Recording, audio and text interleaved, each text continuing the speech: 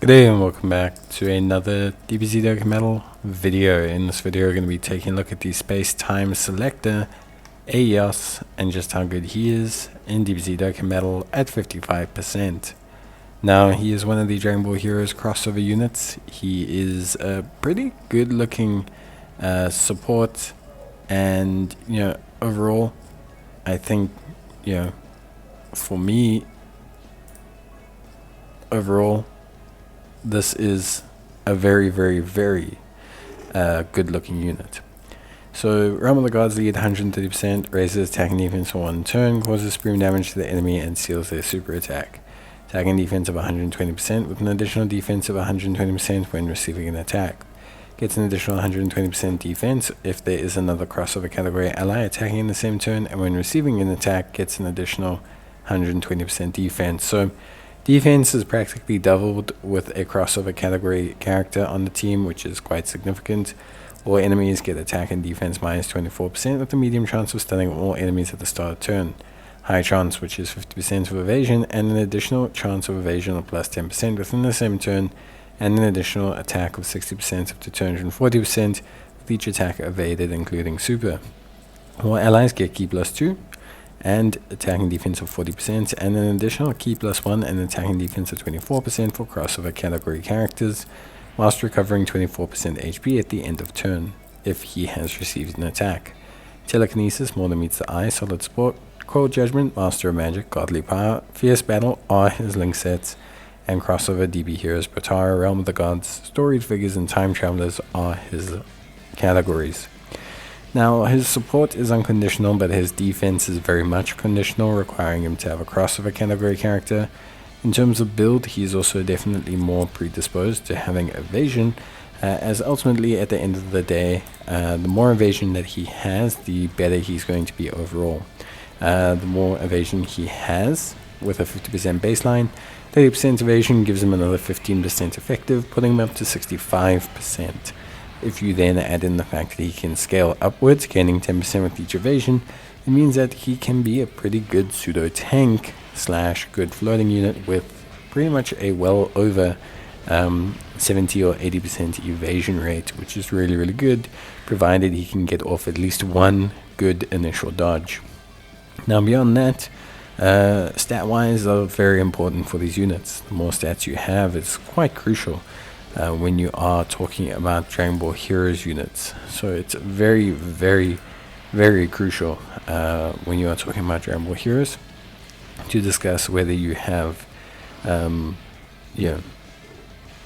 dupes in them, because dupes make a huge difference, especially in the performance of their raw stats.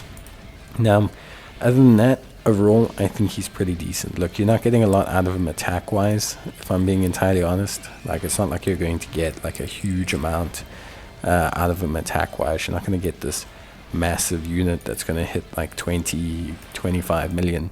But you get a lot of utility. He's got healing, he's got stunning, he's got debuffing, he's got sealing, and he also provides support, and he's got a lot of evasion. So there's a lot of utility that he provides with dupes.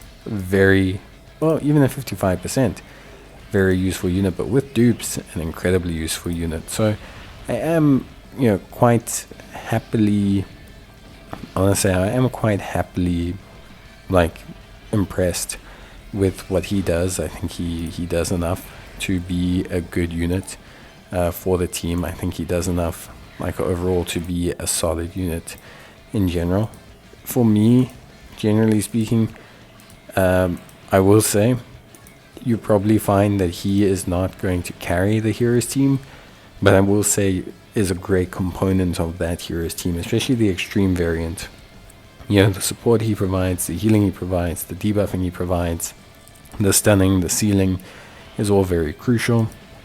I would probably run him mainly as a pseudo floater, or I'd probably just hazard a gamble at running him as a tank in some situations. Especially if you have dupes in him, you could probably gamble up on him being a okay evasion-based tank. Realistically, 50% base evasion, you can really pump in that evasion. He's already got, another 5 from his hidden potential system due to being INT. So, or he, she, I actually don't know if this is a boy or girl. I actually have no idea. I have not watched Heroes, so it would be cool if someone could like enlighten me.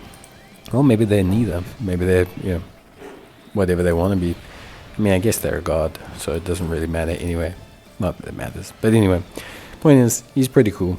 I think overall, a good utility-based unit that can do a lot of great lifting in terms of utility. Key, attack, defense, healing, evasion, pseudo-tanking, solid floating. I think there's a lot of really cool stuff that Aeos does that I think is really, really helpful. In terms of links, Cold Judgment is probably the only one I would say is one you want to look out for. Big defensive boost for him as a unit. We were looking at 200, 220k defense with Cold Judgment active. When Cold Judgment's not there, that just drops. That just drops like a rock to like 180. And you need that Cold Judgment link. It matters because remember, his defense is multiplicative. So a lot of it kicks in the moment the first attacker kicks in. That extra 20, 30k matters a lot. Link-wise, otherwise, Fierce Battle, Godly Power is not too bad. Master of Magic, even on a hero's team, is also relatively decent to obtain. I would say it's not impossible to get Master of Magic quite regularly on a hero's team.